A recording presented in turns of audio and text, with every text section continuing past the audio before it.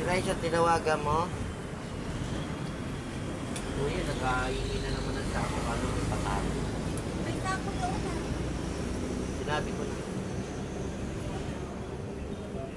Binigay mo na. Hindi sinabihan ko. Nasa ka. Ay, ikaw. Nawala yung fishbowl dyan. Sayang.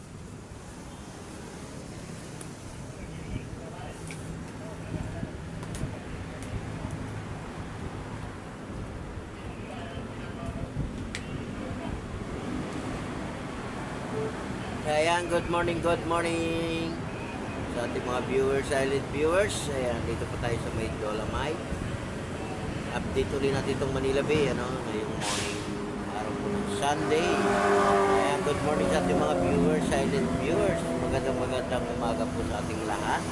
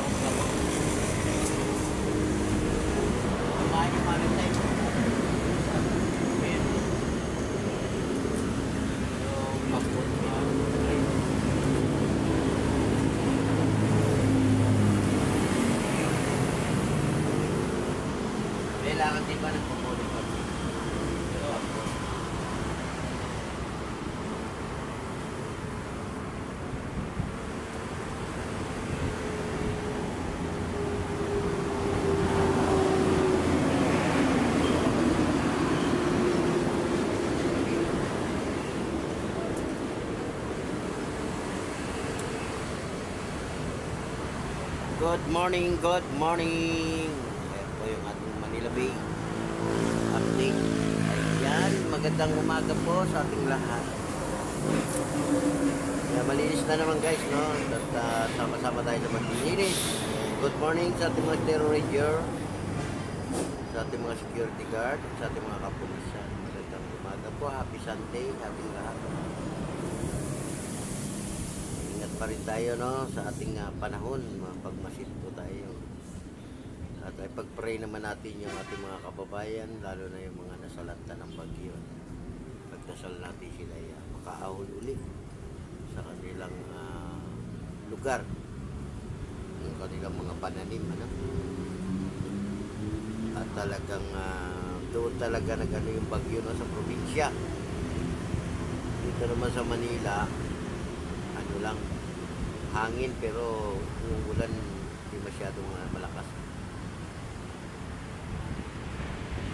At lagi pa rin tayong handa, di ba? Pag may mga ganyang bagyo, kailangan lagi tayo handa, diba? Pag pinalilikas tayo, lilikas po tayo, no? Ano na po nating antayin na tumaas ang tubig. Hirap po lumikas pag pataas ng tubig. So, pag wala ng bagyo, pwede na po tayo bumalik, no?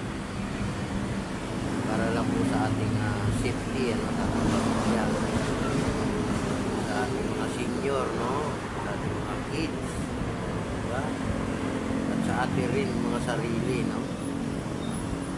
Susunod lang po tayo, diba, sa mga inuutos ng ating government. Yung bawal, pakinggan lang natin.